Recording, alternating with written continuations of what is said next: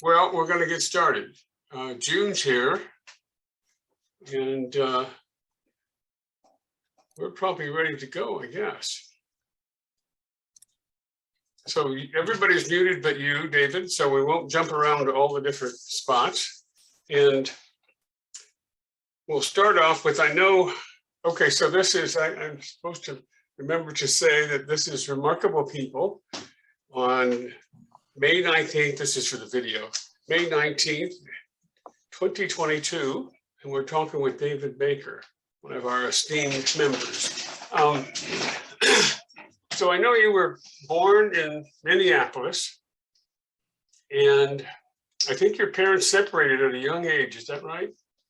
Yeah, that's right. They separated when I was 6 months old, and I was the youngest of three boys, and of the three of us, I have no recollection of my parents being together because they separated when I was 6 months and then formally divorced when I was 2. But my dad purchased a house in the same school district, so they were always around. Okay. Weekends at my dad's house and weekdays at my mom's house. Do you remember your first day of school?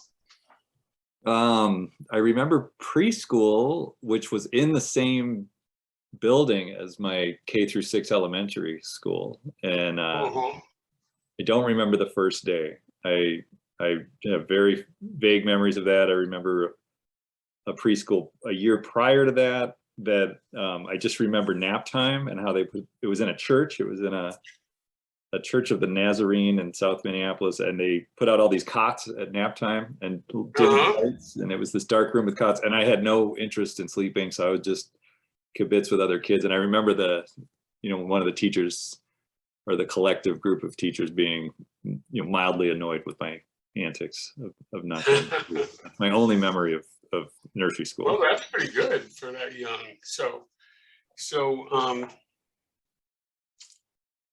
once you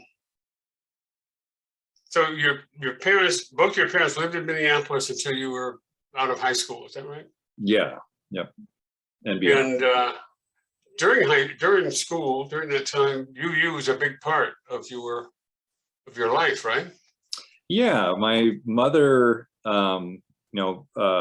single mom, she at that point, and she got us involved in the church. The way she has always described it to me as an adult was, she grew up in a town in Framingham, Massachusetts, outside of Boston. And there were two churches. There was an Irish Catholic church and a Italian, and a Roman Catholic church, or Catholic church populated by Italians, and one with Irish. And her mother quit the church, left in a huff when my mom was probably about 7 years old. And she remembers my grandmother being in a closed door meeting with the priest and then storming out and saying, "Come on, we're leaving." And they never came back. And her attitude about the church was the priest was only interested in how much money they could give, and he was, generally not very nice to my grandmother. So my mom grew up in a Catholic town without attending church, and she really felt different as a result. And she wanted us to have some sort of, we grew up in Minnesota, where there's a lot of Lutheran kids and a huge and Catholic kids, and most of the kids I went to school with went through some sort of confirmation. I never understood what that was, but they would always talk about confirmation at a certain age, and but I didn't feel like I was missing out. I had my own church experience, and it was great. So she, her mission was accomplished in that regard. And yeah, the church featured really largely in my life. I certainly remember the youth programs, the Sunday school and the young adult programs there, up to about middle school.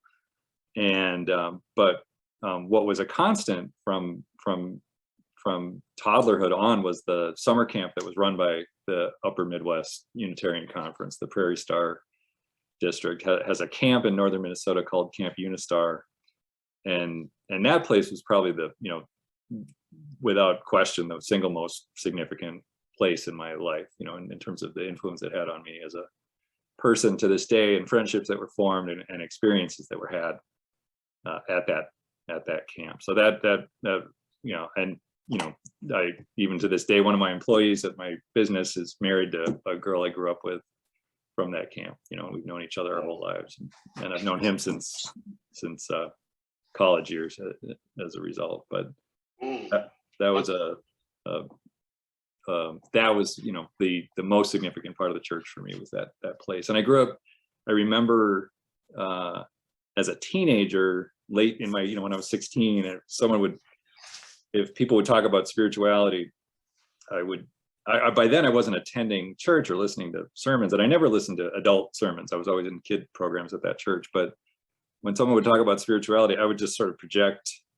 I would travel in my mind to that north shore of that island where the camp was, and that was and this big rock. Definition.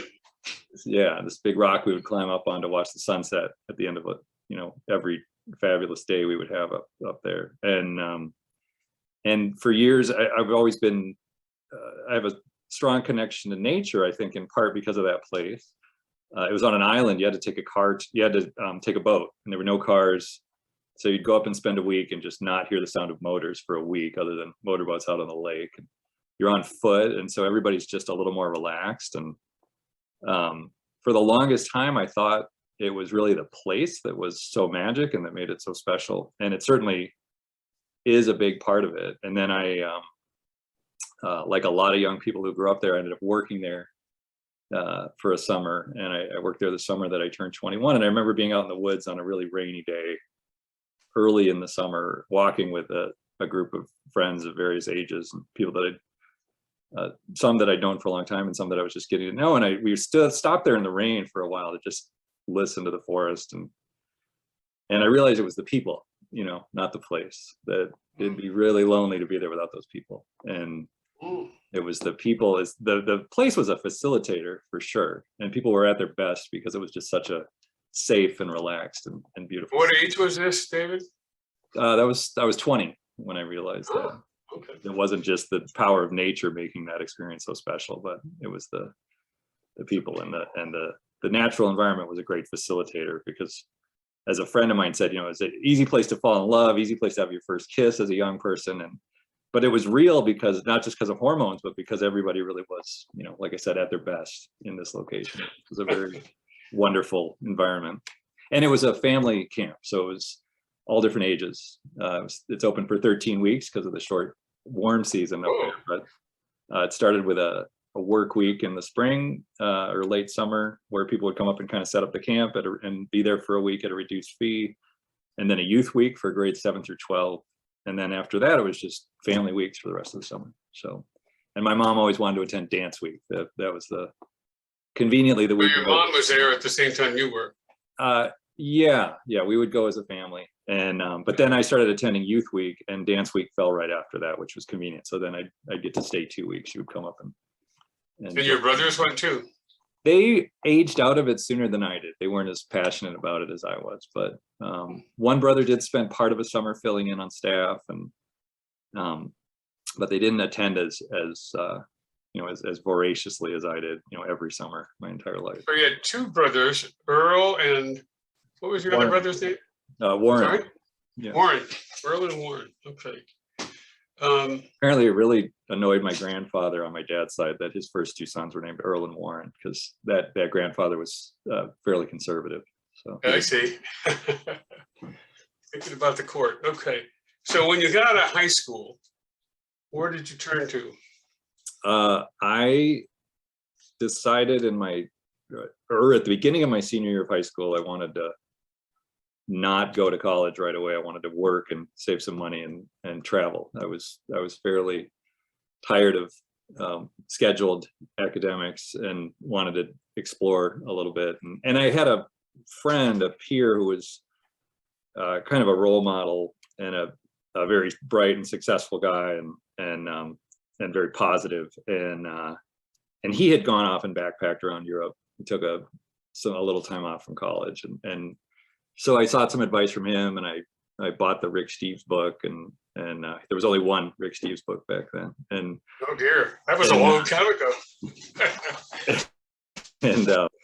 and so I started working at the company that employed me through high school, I think, or part of high school. I got a job, I think, my junior year, working as a stock boy at a hi-fi company, hi-fi retailer, because I wanted a nice sound system at home, and I really liked music, and got the job for the employee discount. But it ended up providing me with work through those first couple of years of college, because I did part-time school, and until I had enough money saved up to do that trip. And that was on the advice of both an executive at that company that I worked for, who just said, well, make sure you keep a foot in the door with education, and also the girl I ended up dating that fall after high school. She was a real bright girl with doing a double major at the University of Minnesota, so there was just a lot of, influence to stay involved with school. But I did that work for a couple of years, ended up working at the camp when I was 20, and then at the end of that summer, I had a kind of sudden opportunity to go do that trip, and I already had my passport and was ready to go. So I sold all my possessions, my stereo equipment and my mountain bike, and scraped together enough money to go spend the fall and early winter backpacking around Europe. Okay, so you flew into Amsterdam, I think. Didn't I write that down somewhere? Through Amsterdam to Vienna, and Vienna. That's and right. another kid from camp was she was studying violin in Vienna, and was working as an au pair for a family there, and she invited me to come stay with her, and that was perfect, because I'd never been overseas, and was landing in a place where I didn't speak the language. So I had a few days there in Vienna to get oriented to being in another place, and then took off on my own after that. And this trip was 3 months long, I think. It was in 1992, if I got it right. That's not right? That's correct. Okay. Do you have any, you said you had some images. I fold them in whenever. I don't have any from that trip. Well, fold them in whenever it's I'll, appropriate. So here's one. That was how old? Less than a year. It says on the back of the photo, it's it was the year it was my first birthday. So Right, 1 year old. Okay, cool. Nice. So good. And then Okay. I don't have anything until camp. So there's that, and I hope to get some pictures together of the place and the grounds and the people, but Jim really cautioned me to keep the photos to a minimum. So just the waterfront. And this is a nice photo right there for sure. Yeah, it's a lovely. Okay, let's go back to you. Okay. So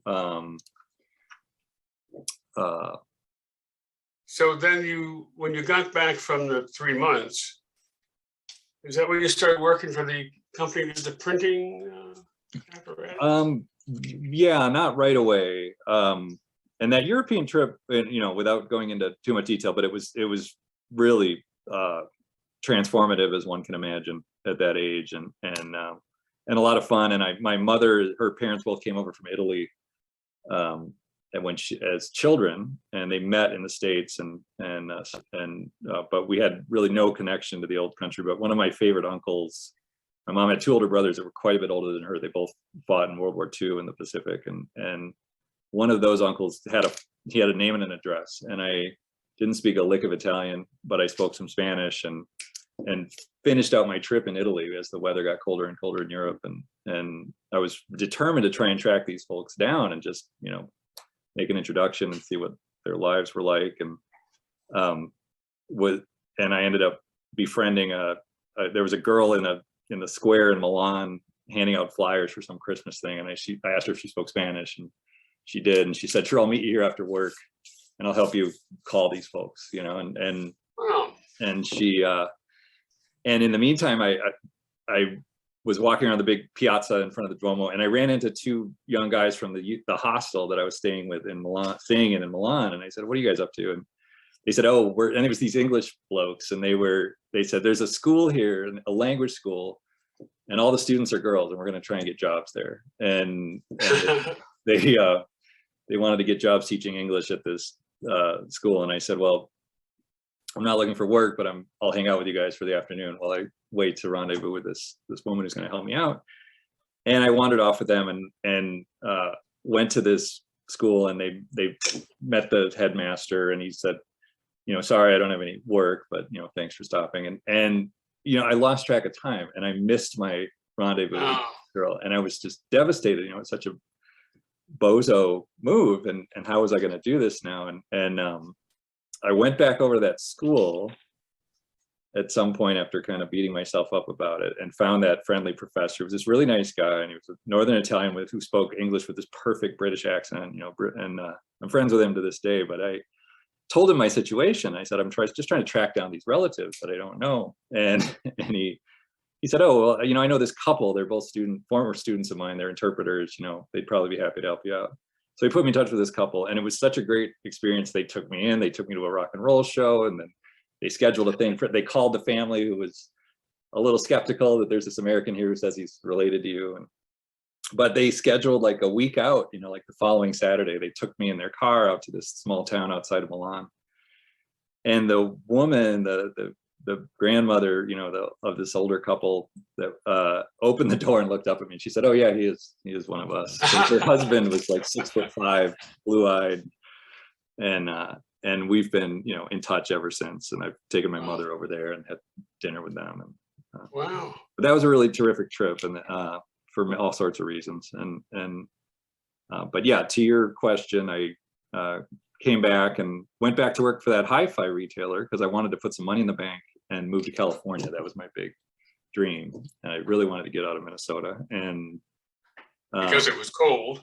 Yeah. But you'd also visited your brother, who was in San Francisco, I think. Yeah, my brother moved here he lived here for about 3 years, from when my age, 18 to 21. And so I would visit him every year and just immediately fell in love with the Bay Area. And his best friend was an artist, and the three of us would tool around together and go sightseeing. And they took me over to Berkeley and showed me the campus. And I was like, wow, I knew it could be this nice, coming from Minnesota and just really despising the U of M campus in winter. And I was really struck by the beauty here, and just the smell, the air, I loved it, and really hope to end up here. And so I tried to get a sales job with that stereo company to just to put some money in the bank, and I did end up getting that job.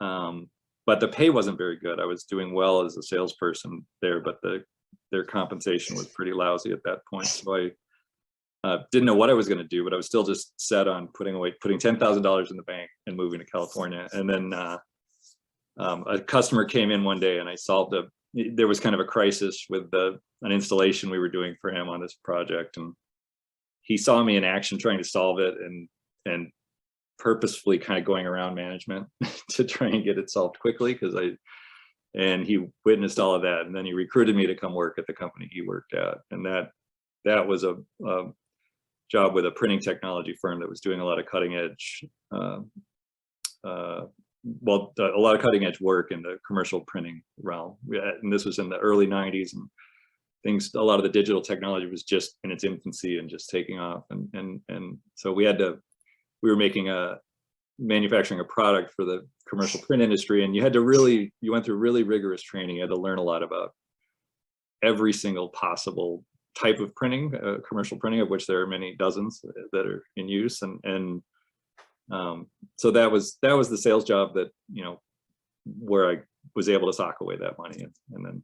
But that was a telephone sale mostly, is that right? It was, yeah. It was a business to business sale. We were working with, companies, print industry companies, and yeah, there was no traveling with that at all. They started me out, we're on the phone with the Midwest, and then as soon as I started doing well, they promoted me to the East Coast, and I was working with people on the East Coast.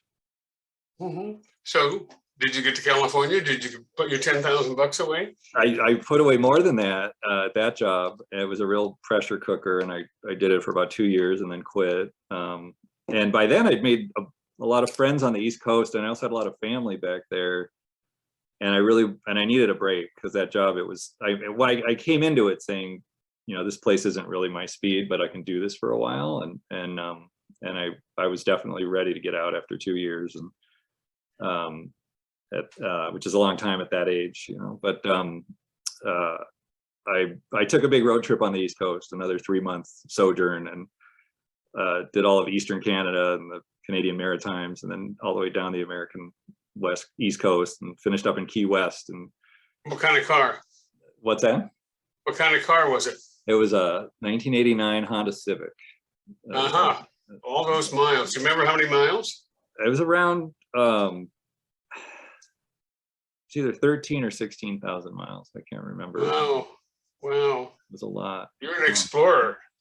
Okay. Yeah, it was a great trip. I had a CD player in the car, and I had that big fat CD wallet, so I had good music the whole way, and saw a lot of friends and family along the way. That was terrific. And my mother sent me off with this photocopied little brochure. It was a Unitarian Universalist B&B network book from the 80s. Well, if you need a place to stay, you can find a friendly house here. And I used it I found in Falls Church, Virginia. I stayed with a lovely Unitarian couple on that trip, and also down in Key West, I stayed with a Unitarian fellow down there, and then I raced home in time for Christmas. I got home, I think, on Christmas Eve after that trip. And the Civic held up the whole time? Oh, yeah, it was a well-maintained car. I took good care of it. Okay, good. So you got home for Christmas, and it was cold. It was cold. Moved back into my mother's house, which was never a good thing. I mean, we're close, but we don't do well under the same roof for extended periods of time.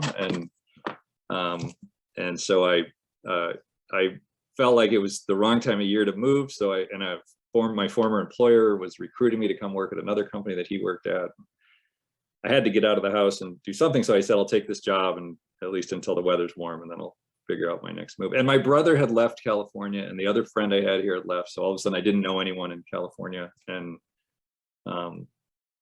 so I didn't know really where I was going to end up. I still liked it here, but I was not bold enough to just move to a place with no connections and no job. And you're pretty bold. I don't know, but okay. Maybe that was my limit at that time. But I didn't know where I was going to go. I was dreaming of someplace warm, and I also knew the Bay Area. I knew San Francisco was jacket weather all the time. I mean, I really wanted to be in a place where you could roll the windows down and be in a t-shirt, but didn't know anything other than I felt like Florida was kind of not appealing at all, and didn't know anything about Southern Cal. And I thought Hawaii would be amazing, but it was totally out of reach. And I'd never been. I didn't know anyone there. It wasn't even on the radar. But in the meantime, I took this job for a few months and hated it. But the one thing that came out of it, it was another printing technologies company, and it was not nearly as interesting, but it was just inbound phone calls from people looking to buy things. It was kind of this order taking job. And it just wasn't my speed in terms of it, because what I was used to was very involved, where you're really getting to know a person's business and helping them find a solution. But a guy called from Hawaii, and we kind of hit it off, and he ended up, long story short, he ended up offering me a job because he was trying to modernize his business and go digital. And I had a lot of knowledge of the digital printing space, so he offered me I asked him if he needed someone. He didn't just offer me out of the blue, but he at first he said, well, call me in 6 months, and so I did, and then he didn't. And I spent that summer, I moved out of my mom's house and moved in to a rental out in the country, the upstairs of some dear friends of mine that live on the border of Minnesota and Wisconsin. And they had an upstairs unit in their home that I rented out. And I spent the summer just taking it easy and fixing my car and building bonfires and playing with their dog and seeing my friends. And then I called him in the fall, and it was the only prospect I had. I just, figured, well, the guy said, call me in the fall. So I called him, and at first he didn't remember me, or he said, oh yeah, okay, yeah, well, we haven't, we're not ready, but call me in a few months. And I said, okay, well, and we ended up talking on the phone for an hour, and I gave him a lot of advice and about his business. And then he called me back in a week and said, we want to hire you. So then I ended up moving to Hawaii. Cool. So, and he turned out, he was a born again Christian. He was really intense. And he had a reputation on the island among the pro photographers. He ran a commercial photo lab there, and he had been a real party animal in the 70s, and then found Jesus as an alternate substance, I think. So he was a wacky guy, and it was a kind of a dysfunctional family business. But I got to know all the all the professional photographers in the state, you know, because the company did good work and did all the processing for all the pros, and it was all still film and chemistry back then. And a lot of those pros, when they get me out in the parking lot, or ad agencies and other companies that I worked with, they would, as soon as they found out I wasn't another churchgoer like most of his employees, they'd say, why don't you start one of these businesses on the island? Because nobody really liked him. They felt like he was kind of a dishonest character, but he was the only game in town. And I said, and I was like, well, he moved me here, you know, I'm not going to show up and then go into competition with him. I mean, he got me to the islands, which was, for me, was an incredible gift. But I did get out of that business not long. You know, I was there for 9 months or so, and with the time and the savings I had in the bank at that point, I decided to just try and enjoy myself. I almost started a business there that would have been fairly intense, not in competition with him, but I had a realization. I was 26, and I just realized, like, I'm young and I live on Maui. I need to at least enjoy this for a year or two, because I'd been working pretty hard up to that point anyway. And so I just kicked back and started taking classes at the University of Hawaii campus on Maui. And one of those classes was a Hawaiian ethnobotany class, because I was really interested in tropical botany.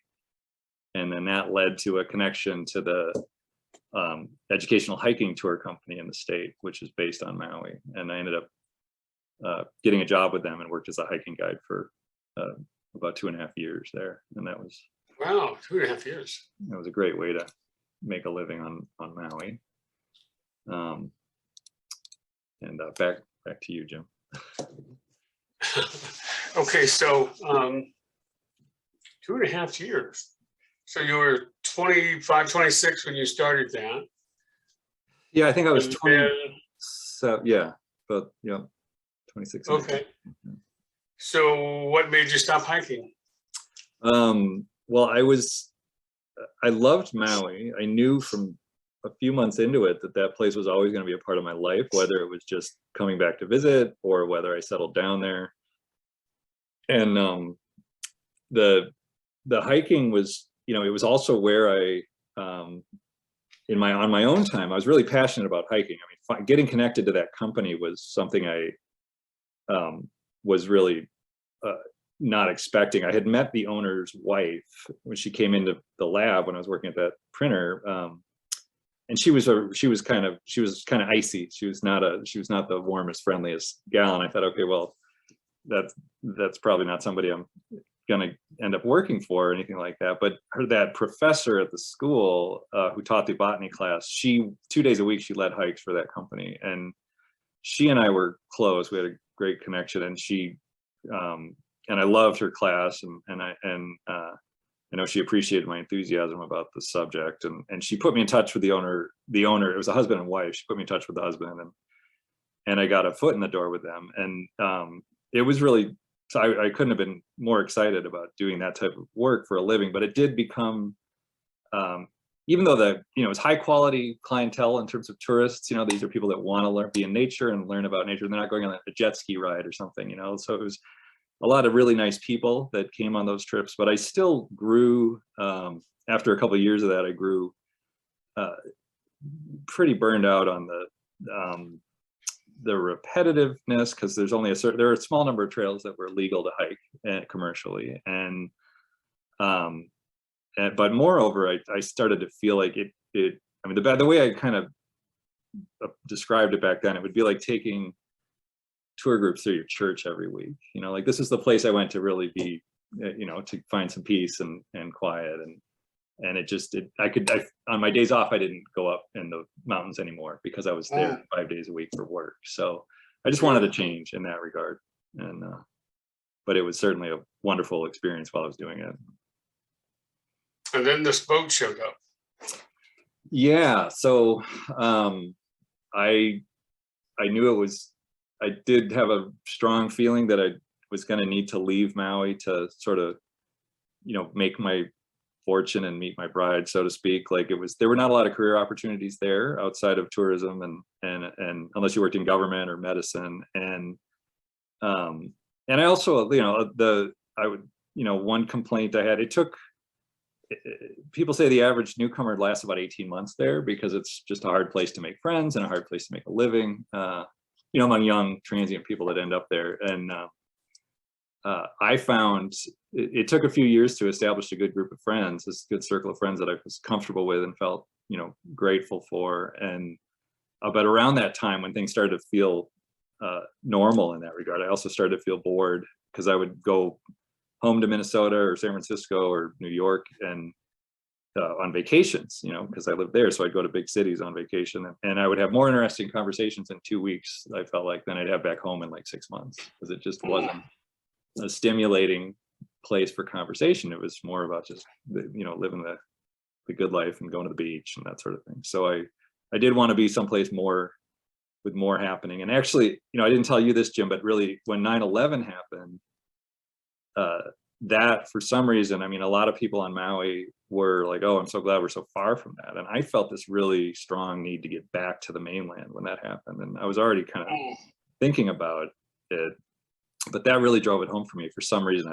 I can't really articulate why, but that kind of caused me to pick up the phone and call this old friend, this old coworker who in Minnesota, who for years had been trying to recruit me back to come work for his company. And I told him I'm never coming back to Minnesota, but if you want to open up a West Coast branch someday, I'd be willing, I'd be interested. And so I started talking with him and we decided, it was in the dead of winter after 9/11. And I said, well, the weather will get nicer on the mainland in April. So why don't I'll just target April, and that'll give me a few months to kind of break with Maui and separate and get, and spend some time with my friends, but moreover, just kind of psychologically prepare. And I didn't want to move to San Francisco in the rainy season. I figured it'd be better to wait till spring. But in that January, kind of right after we agreed on that, I got a call from a friend whose computer was broken and he was begging me to come to his office and fix it. And he was really in a pickle and I had the day off. So I came down and to his place and to fix his computer. And then a mutual friend of ours barged in the door, like Kramer on Seinfeld. I still remember it. And that was kind of how it was back then on Maui. Nobody had cell phones. You just go over to someone's house and knock on the door and maybe you get lucky. And he showed up and he said to my friend, he said, Dan, are you going to Panama or what? Dan said, I can't do that. Joan and I are trying to buy up property right now and blah, blah, blah.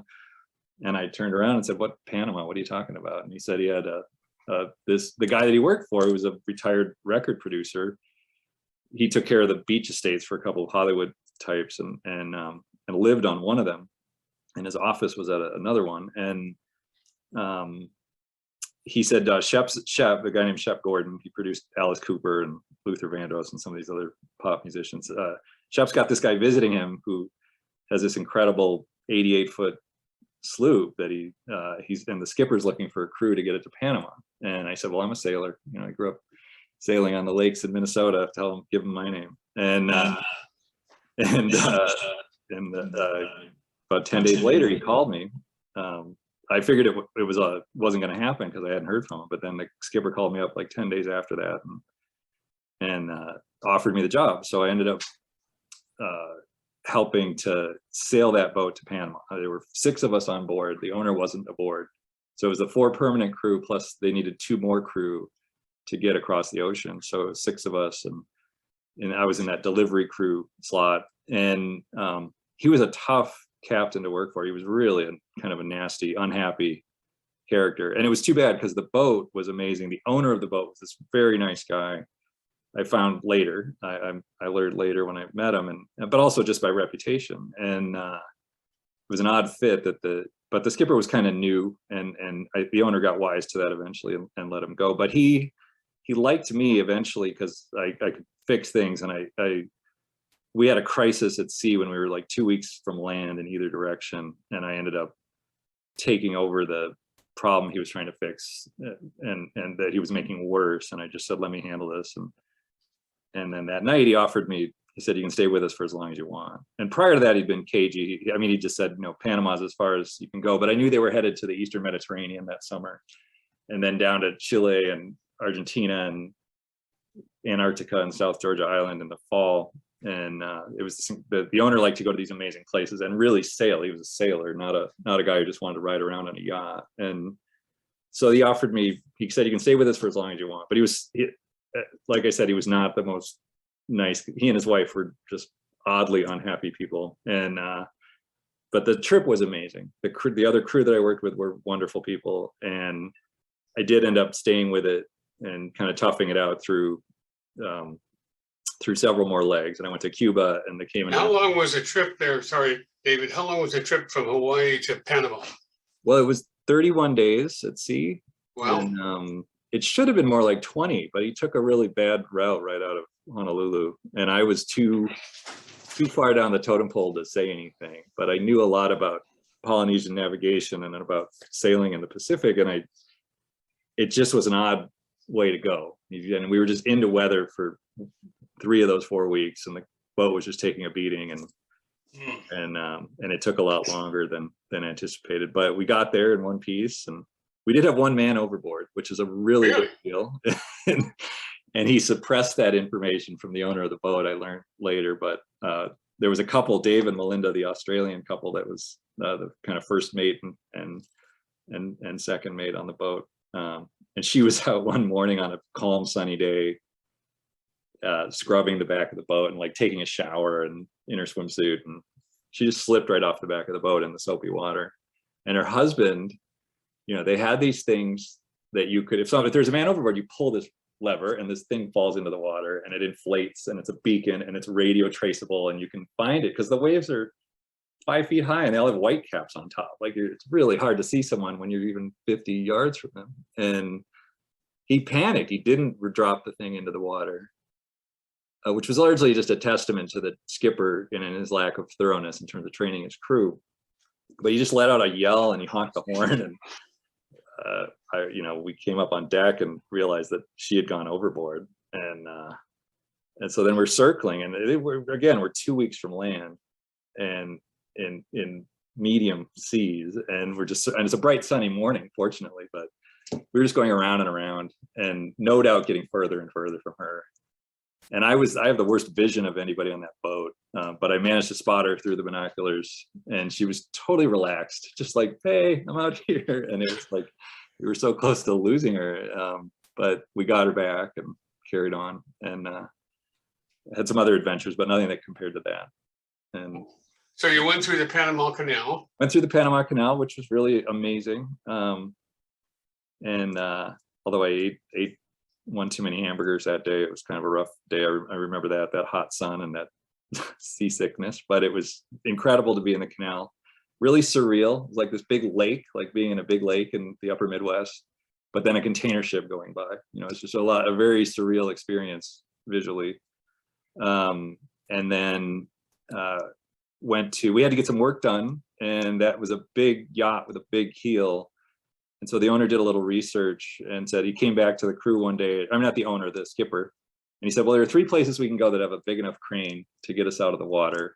We could go to Trinidad, St. Martin, or Fort Lauderdale. And of course, the crew, we were all like, Trinidad, let's go someplace interesting. And of course, the skipper opted for Florida because that's the kind of guy he was. So we went to Florida, and he and his wife watched DVDs while the rest of us went and explored, and that was everywhere we got. I told Jim this the other day, but the husband and wife that ran that boat, this amazing boat, and they were getting paid tons of money to go to all these amazing places.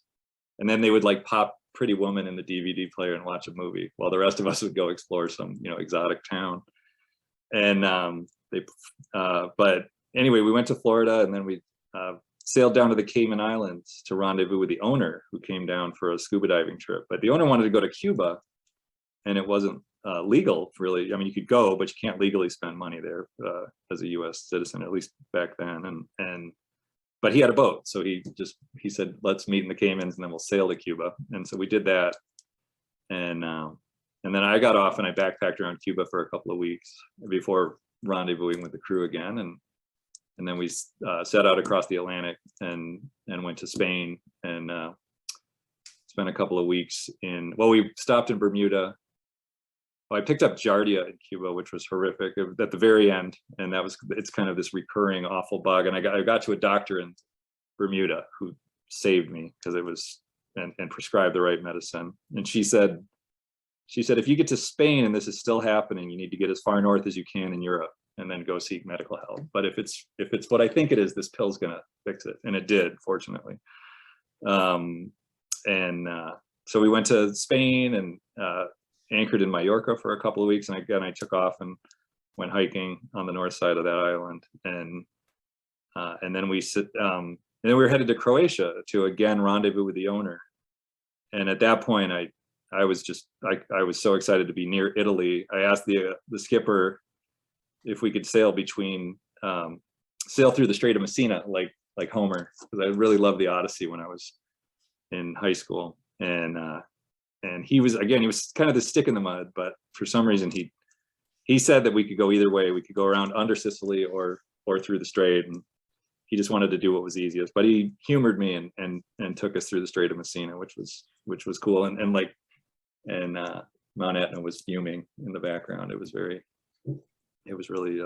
a special experience. And then they dropped me off on the Adriatic side of Italy, and I was done. So I asked to be dropped off there rather than head over to Croatia. And I guess since I'd been sailing with him for 4.5 months, he made a special stop for me. But that was great. I got paid to do it. You can't spend any money while you're on that boat. So I had another chance to go backpack around Europe again, which I didn't think I'd ever have. But that was when I heard, when the skipper told me that they were ending up in Europe, when he first hired me, I thought, wow, that would really be miraculous to be able to get back there one more time before I grow up, so to speak. So yeah, that was the boat that got me off of Maui and give me a clean break from Maui emotionally too. I'd had enough time away, ready to leave. So then, David, when you say backpacking around Italy, you were hiking? I mean, you're hitchhiking, or you had a car, or what? It was kind of planes, trains, and automobiles for that summer. I was all over Europe again, but most of it, I spent 2.5 months in Italy, kind of in and out of Italy, and then a little bit of time in Northern Europe. And yeah, just backpacking, staying in hostels and cheap pensiones, and here and there with friends. But I did do some hiking. I went into the Dolomites and hiked in the Italian Alps, and that was the most beautiful place I've ever seen. And I used to be a hiking guide in Hawaii, and the Dolomites are just like heaven on earth. It was really an astonishingly beautiful place. Okay, so then you got back to the U.S. somehow. I flew back and got back to Maui and packed up my stuff, and that was already kind of packed up, but really put it in a container, and there wasn't that much to pack up. And then came to the U.S. mainland went to see my family on the East Coast for Thanksgiving. My mom and one of my brothers live on the East Coast, and Thanksgiving's always been our biggest holiday in our family. So we try to gather for that as much as we can. And I got to be with my family that Thanksgiving, and then my brother, who lives out there, sold me his old beater car for $300, and I drove it out to San Francisco to start my business out here, and got here just in time for Christmas, and ended up it was January of 2003 that I was looking for apartments. It was a great time to be apartment hunting in San Francisco. There was kind of a lull after the .com bubble burst, and a lot of available apartments, and so I found a good place to live, and I ended up finding some office space downtown, and started the company there that kind of was my income or my career from that point forward until for several years after that. Okay, so that was still with your friend who was in Minneapolis, and you had an office in San Francisco. That's right. He had initially offered me a job, kind of expanding his business into the West Coast, and then he was not a very detail-oriented guy. He was scrappy, but he was not really aware of bigger picture details. And his accountant, within a few months, explained to him the ramifications of having a business out of state and payroll out of state and everything else. And he came back to me and he said, this is more complicated than I realized. I think, how about if we just if you just do contract work, be a 1099 person. And I said, well, then you're kind of tripling my paperwork burden, and also my tax picture gets complicated. So I negotiated a better rate percentage with him, and which he was happy to do, and to be free of that complexity. And then we grew this business together, but as separate entities. And it ended up being he had a kind of a small business when I started working with him, and after a few years we had grown into a much bigger operation, and it was kind of all consuming for me. But I think I came here sort of wanting that, wanting to kind of catch up and have some, intensity in my career at that point.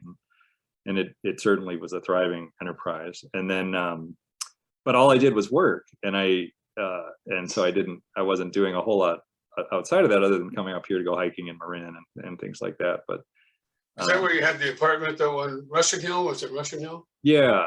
I was, I came here pretty broke, but I had a little bit of a budget for having a 2-bedroom.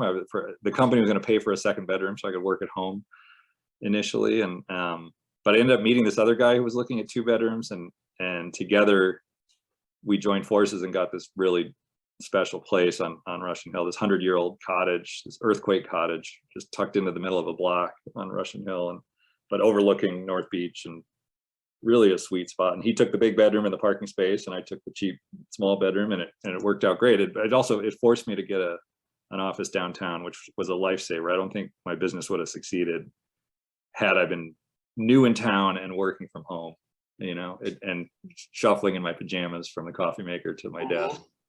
The fact that I had to get out every day and walk downtown and be in the hustle and bustle, I think, was a critical, aspect of working out with that business. But yeah, that was a special place to live. And then several years into my time there, my roommate fell in love with the girl next door on that property, and they got married and moved out. And then I lived alone after that. After a while, I took a roommate again, and then my business was doing so well, and I was so tired of having a roommate that was my indulgence, was to just live alone. I didn't drive a fancy car. I didn't take fancy trips, but I lived alone in this great place, and that was a nice situation. And then I had heard from my neighbors that another young single woman had moved into that cottage next door, and I never saw her for like 2 years because she just worked all the time and I worked all the time. But then she quit her job and stole my trash can, which she says was an accident. And but we ended up meeting over this trash can swap, and that ended up being Emily, who I'm now married to, and have 2 children. Oh, a trash can get together. Okay. Yeah, but it was, I think that place had some magic to it. You have a picture of the trash can there? Let me share my screen and see if I can find a picture of the garbage can. What I can't tell, do you see the baby pic right here? No. Hold on. Oh, there's a baby. Okay, and let's see, I missed my slideshow, but there's the moose that Jim wanted to see. Oh, wait a minute. There's the moose. We forgot. Did we talk about the moose? We didn't talk about the moose, but I want to at least show you this gang first, because that was the girl next door who and once we got to know each other, she was dropping off bags of cookies on my doorstep, and we were doing all kinds of fun things together, like sailing and hiking. And I was this bachelor who just didn't have the time to cook for himself, so I would eat the entire bag of cookies for dinner that she would leave on my doorstep. And one thing led to another. We were dating, and then she sealed the deal by adopting 2 kittens, and she knew I was a cat lover, and I couldn't, at that point, that was it. So the kitten in the trash can. All right. So the 2 boys are Charlie and Miles. Charlie's 7. Yep. Charlie's 7 and Miles is 4. Miles is 4. Okay. Cute kids. Wow. Thanks. So you haven't been coming to church all that much because of the pandemic, and you just moved up to San Anselmo a little while ago, right? Yeah, we moved to, when I met Emily, she wasn't working, and I really wanted out of my business. I was getting kind of burned out, and I just wanted something a little different. And then she, after a 2.5-year sabbatical, she was in finance and she had really kind of fried herself in her 20s and needed a break. And so she quit that job when she was, I don't know, 27 or 28. And she took some time off to travel and take some classes and do some workshops and things. And 2+ years into our relationship, she got recruited back, and because she left on really good terms. And but they offered her a job in New York, and she said, well, if you'll move me and my significant other, I mean, she talked with me about it first, but I was looking for a way out of my work, and it was a great way to tell my clients and colleagues that I was moving and I was going to move on and sell my stake in this to the other guy that I was working with. And so we moved to New York for a couple of years, and then but I was homesick for California the whole time. I mean, we always knew it was kind of a temporary trip, 2 or 3 years in New York, but I couldn't wait to get home. And then I had a really bad injury in New York, bad accident that kind of destroyed my knee and left me in a wheelchair for several months because my collarbone was broken as well. And there was a botched surgery, and a lot of really bad stuff happened with that situation. And so came home but that accelerated the desire to get home to California for sure. And so we moved home, and we found in a building with an elevator because I was still walking around with a cane around the time I turned 40, and moved back here. And then eventually I was able to get rid of that cane through several more surgeries, but we still needed a 1-story house because I've got a pretty permanently messed up knee. And that's what led us to San Anselmo. We just stumbled on a listing for a 1-story house here, and ended up finding this one, and had no idea what we were getting into. Certainly didn't know Sleepy Hollow, didn't really know San Anselmo much, and but it's been really wonderful. It's perfect for where we are as a family. It's perfect with children, and then after being up here for a couple of years, kind of right at the beginning of the pandemic, we were out for a bike ride and ran into Anna Coleman at the playground, and he told us about the UU church that he attends and an upcoming Halloween gathering. I said, holy cow, I grew up in the UU church. So that's how we got connected. And it was always over Zoom because we joined in the peak of the pandemic. And but we started attending in person, and then our oldest got into sports over the winter. And to my real surprise, all these youth sports are on Sundays now. It's like, no wonder nobody goes to church, because they're Sunday morning games and Sunday morning, and now Miles and Charlie are both in Little League, and that's every Sunday. But the last game is this Sunday, and we don't foresee any other Sunday commitments for a while. So we'll be back. Hey, good deal. Starting a week after this. Good. We'll see you there. That's great. So, so you and Ono are still friends? Well, yeah, I'd like to. Yeah, we just had the kids together last week. We brought them to Saturday night with Lynn and Deborah at the church they do a parents' night out on Saturday nights where they'll do activities with the kids while the parents can go off and do their thing. And then we stopped. We brought Avalon. We carpooled and took Avalon with us, and then came back to Anna's house, and the kids had an impromptu, I guess probably 30-minute play date, well past bedtime on last Saturday night. Mm-hmm. Great.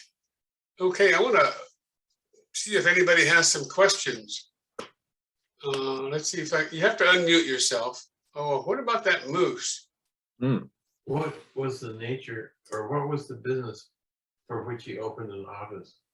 Oh, it was that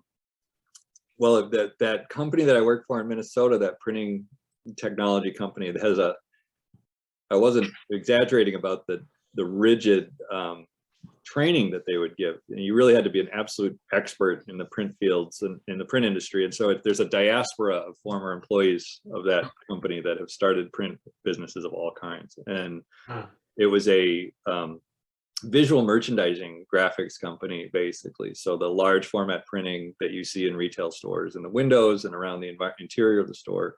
Yeah. He was doing large format printing. I have kind of a head for mechanics, so we really grew it into.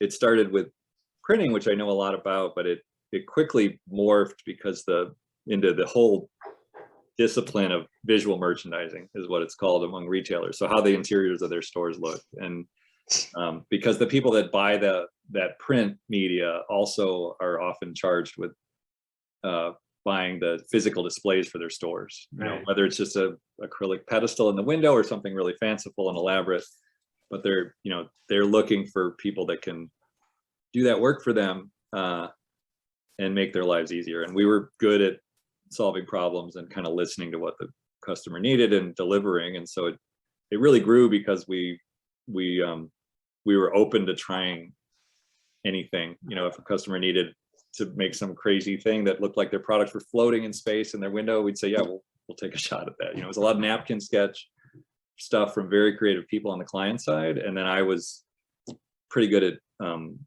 turning that into reality by working with all sorts of, and we didn't do the manufacturing in-house. We had plastics, metal, woodworkers, you know, all different types of fabricators in the upper Midwest that would do all of our fabrication for us. But we were kind of, you know, the facilitators of that, because if those clients talk directly with an engineer at one of these acrylic fabricators or something, that conversation would end in frustration for both parties. But I could speak the artist language and I could speak the engineering language. So I got, you know, I very quickly got buried in work from our clients, because I learned in the corporate world, like if you can, a mid-level manager is just getting it from all sides. And if you end up making their life easier, they're going to just unload everything onto you, you know, whatever they can, if they know they can hand something to you and not have to think about it again. And we were good at doing that. So David, comprehensive work for them. So David, we didn't get into your current business. You started something a little new then, right? Yeah, after we came back from California, came back to California not long after we moved here, we bought this house and knew it needed some work. It had a moisture problem in the bathroom, and so I was preparing to do a remodel of the bathroom while we were still living in the city renting, and called a friend in Minnesota who he's an artist and a musician, but he spent his whole adult life working at this tile factory, this handmade tile company, doing sculpting and things for them and design, and called him up to say, hey, you know, I'm interested in your tile offerings for this project at home. And this is one of my best friends from a long time ago, and from summer camp, and so we talked about it a little bit, and then I let a few months go by because we were busy, and I called him up again, and he said, oh, if we're going to do anything for you, it better be quick, because it looks like the company's going to shut down. It's for sale, nobody's bought it. The owner's retiring, and the landlord of the space always told the owner that you can stay here as long as you want, but when you retire, we're going to demolish this factory space and do something different with it. And so he was retiring, the business was for sale, and it was about to be homeless, so it wasn't a very appealing business. He was having a hard time selling it, but it was for sale cheap, and I have been around manufacturing for a long time and always in the visual realm, and I was not intimidated by the idea of an out-of-state business, because I've been doing that out-of-state business for years. So I said, I decided to take a crack at it. It was low risk, and I was really interested in ceramics. One of the reasons I got out of the old line of work, or one of the things that made it really unsatisfying, is the products we made were so temporary. You know, we'd make these beautiful products, and there wasn't any ego for me about that product going into the trash, but it just felt really wasteful. And there was no getting around that. We couldn't train our clients to be more sustainable in the visual merchandising realm. Like, they had their timelines and they needed to turn this stuff over. And so I hated all the plastic we were producing. And this sounded like, okay, well, this is a type of manufacturing that ceramics has its problems in terms of energy consumption, but the actual product is going to be installed for 75 years. You know, it's tile. So instead of 75 days, you know, in case of some of the stuff we used to make. So now you own a tile company. So now I own a handmade tile company based in Minnesota. Wonderful. And that is, that company had there's a lot broken, pretty much every single process, except for packaging. We did know how to package tile, but in terms of our manufacturing, it was a lot of problems. There was a reason nobody was stepping up to buy that business.